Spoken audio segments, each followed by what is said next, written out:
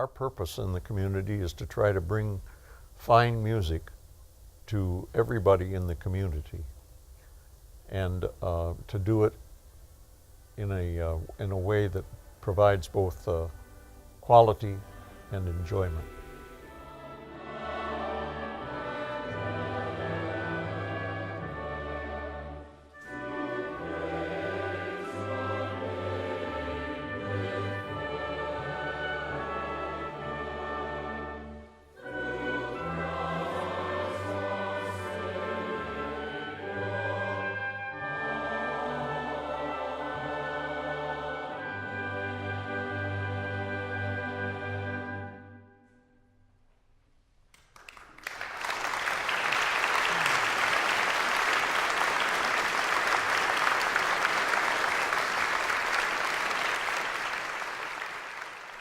The terminology varies from ensemble to ensemble. So through various languages, various cultures, the sense of a choir is really one of the oldest performing organizations that could be. So those terms, choir, chorale, chorus, all are interchangeable and don't necessarily indicate the size of the ensemble or where it came from. Masterworks Chorale takes its name. Masterworks typically mean those large-scale works, often something that includes instruments, symphony orchestra or otherwise. And so it's important that Masterworks Chorale, I think they feel it's important that they continue to do those large-scale works. And the chorale aspect really just indicates a group of singers, anybody who wants to come and lift their voices together. Others can desert you, not to worry, we're so I'll be there. There was a small group of women who had begun singing together and then thought, we need to expand this. So it was then East Central Indiana Community Singers. We put this T-shirt together for the 25th anniversary, where it shows you the East Central Indiana Singers morphing into Masterworks Chorale. And we chose that name because we thought it was somewhat unique. We later found out that there are more Masterwork Chorales in the United States in terms of community choruses than any other title, but it was very good. We were just sitting around doing almost nothing a number of years ago and figured Muncie needed something special. Not to take anything away from the university, because everything there was good, but we wanted something for just the people of Muncie.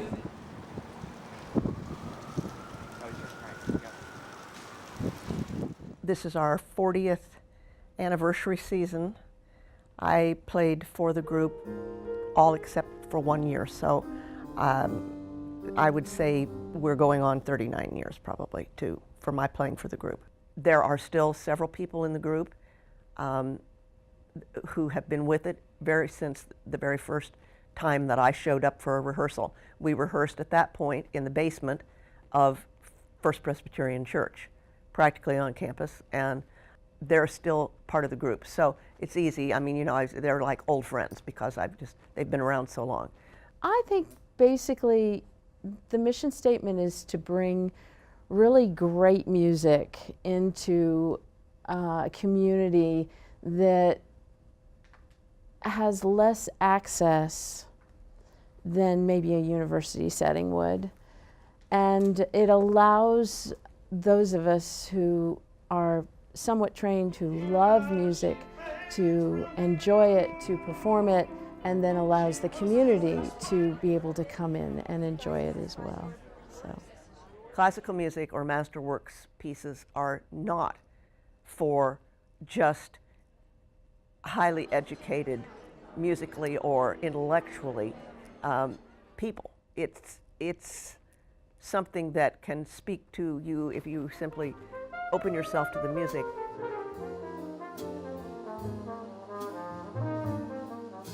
We need to make classical music, Masterworks, as accessible and interesting to everyone in this community as we possibly can.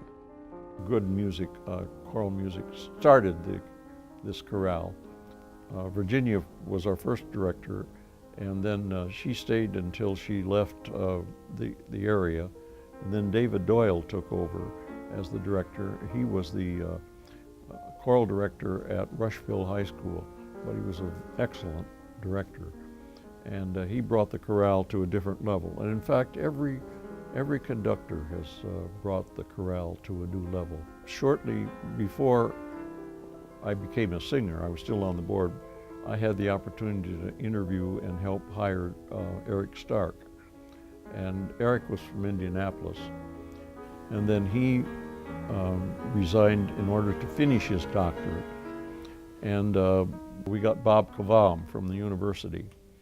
And then after Bob Kavam stayed there for 10 years, and then he was of course at that time dean of the College of Fine Arts, and Dan Blosser came on. And Dan was very good for us. He was again from Indianapolis. And then when Dan left, why, of course, then we got Andrew Crow. And he's been, well, we had an interim director for a year. Leonard Atherton helped us out. And then we were able to interview and hire Andrew Crow, who has been absolutely wonderful. And then, as you may know, this is going to be his last year, and we're sorry to see that, but he's, as I said, every director has really raised the chorale, we think, to a new level.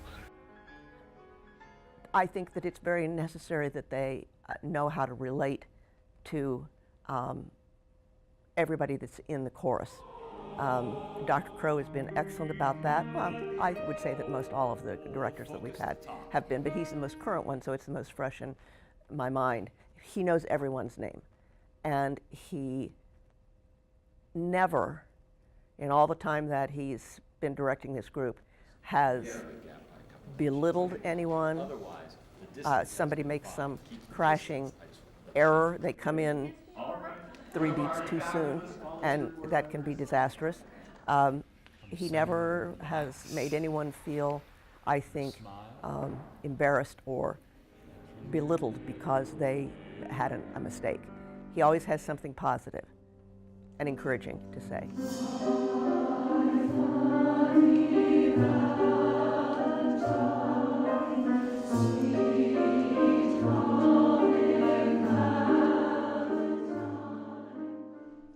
The fact that it draws from across the community and other communities as well, it makes it possible for people in all different areas who may be certainly not involved with the university, but involved in other businesses or endeavors in the community, to be part of it and to mingle, which is really a strength.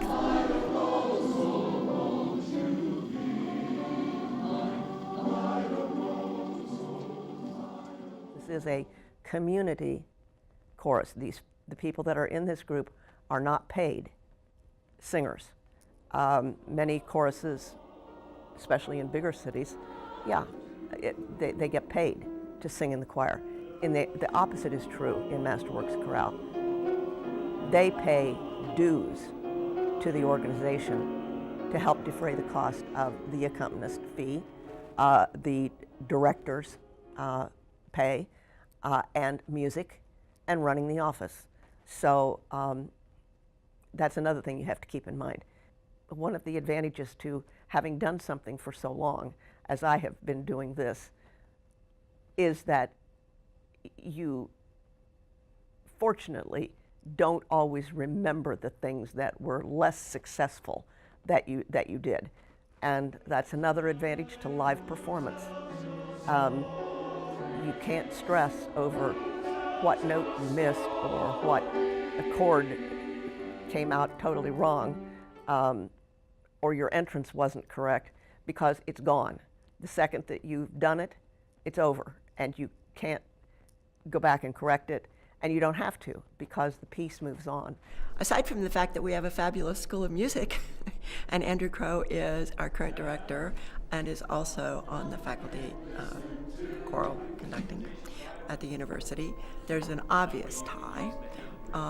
It does mean that, if we're looking for, as we are now, a new director, that we can take advantage of those ties to look for people who have the connections through Ball State to others in other communities even who might be willing to audition for the position.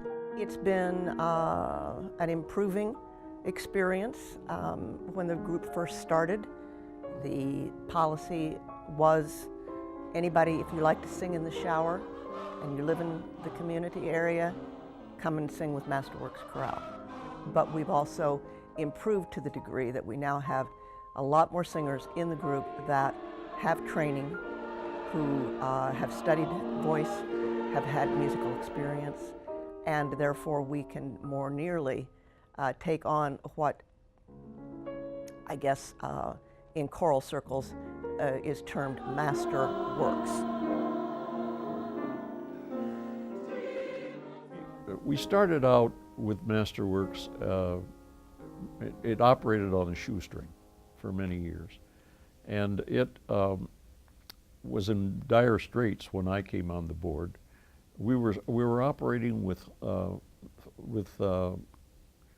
funds that we got from the receipts that we got from the concerts, but the only other source of funds that we had at that time were two fundraising activities. One was called the Big Apple, which was a kind of a dance out at the country club, and then the other was a Renaissance dinner where we sang Renaissance kinds of songs. And that was it was a lot of fun, but it was a lot of work. We set up booths downtown, and they had some sword fighting on the courthouse square, and I can't remember all the details. It's been a long, long time ago. If you look at one of our programs and see all the supporters from nonprofits to businesses to the community foundation, Ball Foundation, but a range of businesses and individuals, clearly it means a lot to each of them. It's not just that we have good people going out and saying, would you donate? But they're really willing to sponsor because it has such a place in the community. And I think, each program is a good indicator of that.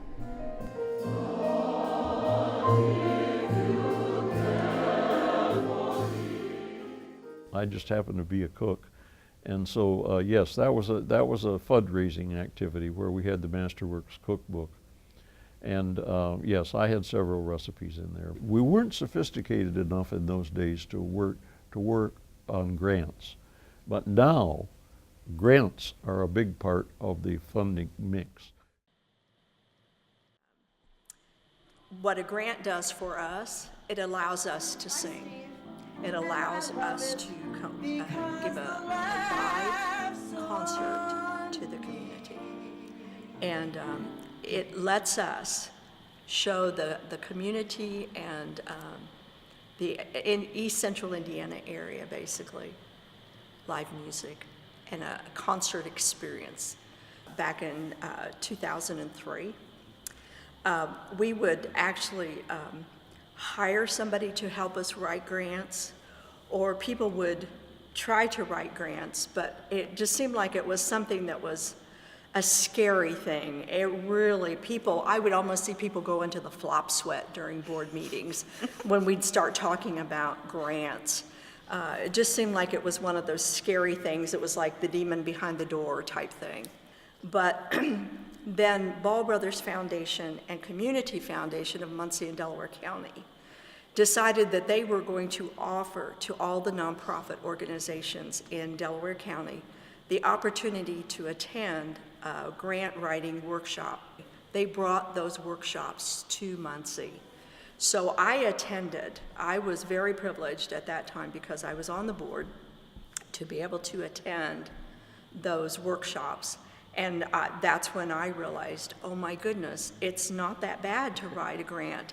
You just need to follow the instructions, and they made the workshop to where it was easy to understand and to write a grant. So it kind of took away some of the fear that the board had had previously in writing grants, because a lot of these companies were very much into appreciating the arts and wanting to help the arts, the fine arts, the music, the arts in the community. They would just write you a check.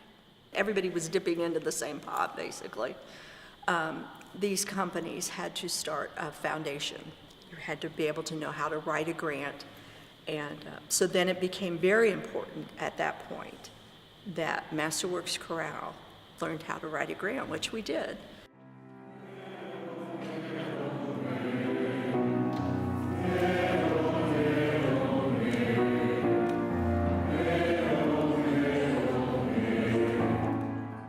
Being in a choral situation, especially doing masterworks like Bach and Beethoven, Mozart, can be such a joy. And to be able to work in the sense of with a whole community of people pulling together and making music, which vocally is what we do, not dissimilar to an orchestra.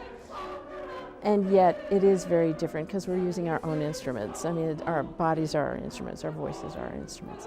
And so there becomes a camaraderie there too, as well as just enjoying making music. And it is delightful to see people of all different ages, and as you said, all different backgrounds, and some with training that is amazing, and some who have been trained, but that was not, their primary goal was not to become a professional musician. And so, so how has it evolved? I think it's just been community, and as a community, it's just that closeness and drawing new people in and making music. It's a lot easier to work with a group that you like, you know what I'm saying? It's a great feeling to know you've, pulled off a really good performance. And you can't do it by yourself. One section, the basses are no good unless they got some altos and tenors and sopranos. And it's with every section. It takes all the sections and all the people to really do it well. Well, Masterworks is a really wonderful group, and it has a good camaraderie. And of course, you can't sing with a group of people every week and year after year without developing some really wonderful friendships. And so, yes, we've had a wonderful camaraderie in the chorale.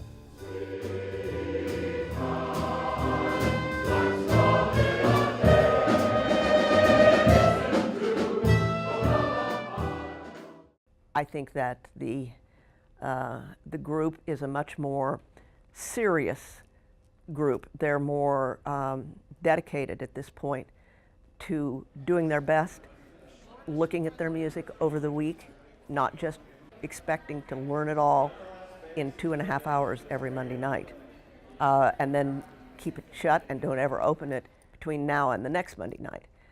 That's not the way you grow and become a better organization.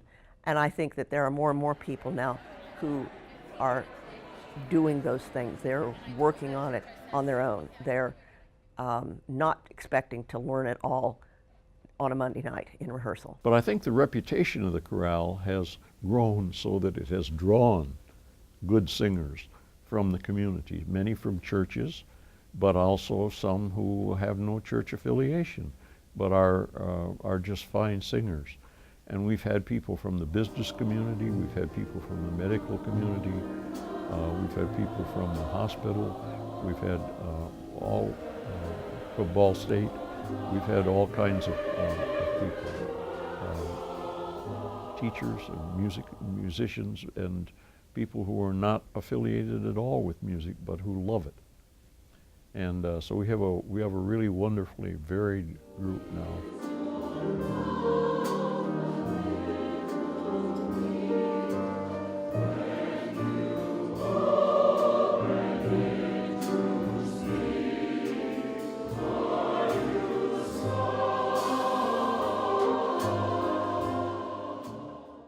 in a community the size of Muncie, there's lots of interactions, lots of overlap, lots of people that share musical opportunities between the churches and the university. And so with Masterworks Chorale, I had even sung with them a couple of times on projects for other conductors, and knew a fair number of people in the group. So coming in to become the artistic director was, you know, kind of a coming home or a family experience already. There were people there that I knew who served on the board and sang in the chorale. And my hope was that we could expand the mission of the chorale to include more community engagements and partnerships, which we've been able to do over the last 5 years. I look forward to the Monday night rehearsals, and it's just wonderful to be able to participate in something that you feel is making a contribution culturally to the community. It's one of the exhilarating things that I do during the week. Rehearsals are as important to me as the concerts we do. And it is for the singing and wonderful direction that we get. They're lively rehearsals. It's something that I can focus on apart from the other issues that I'm dealing with. And I'm the spokesperson for the League of Women Voters, which is keeping me busy these days. And so it's a nice alternative to focusing on what's going on and the issues in our world at this point. So.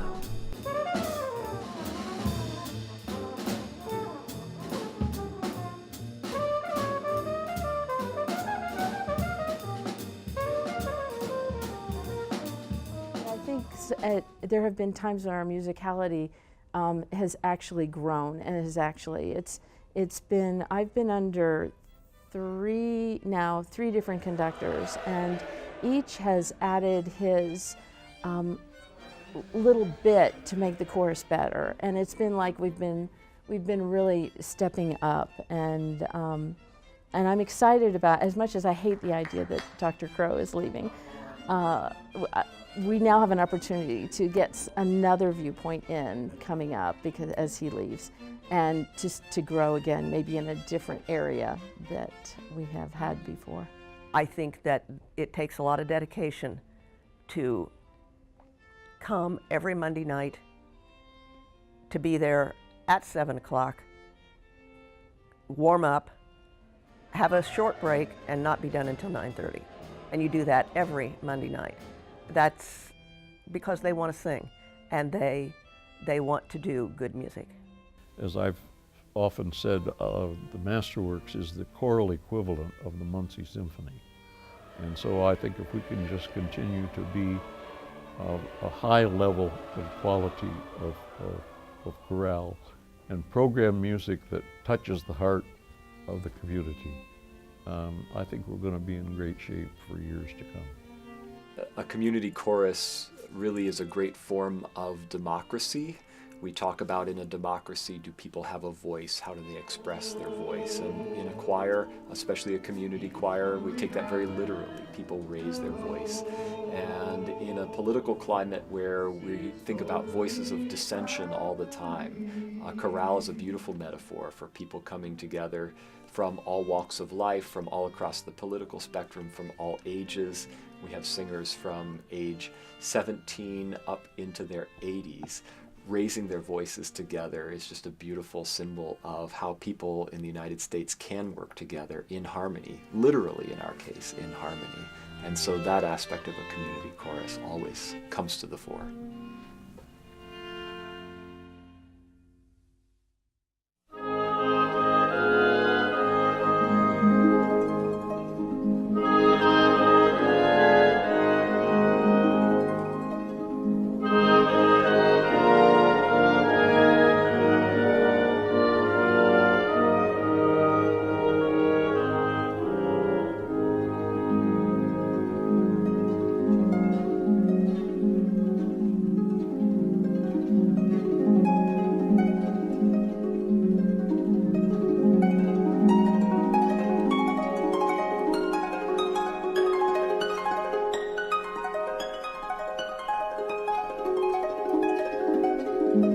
you.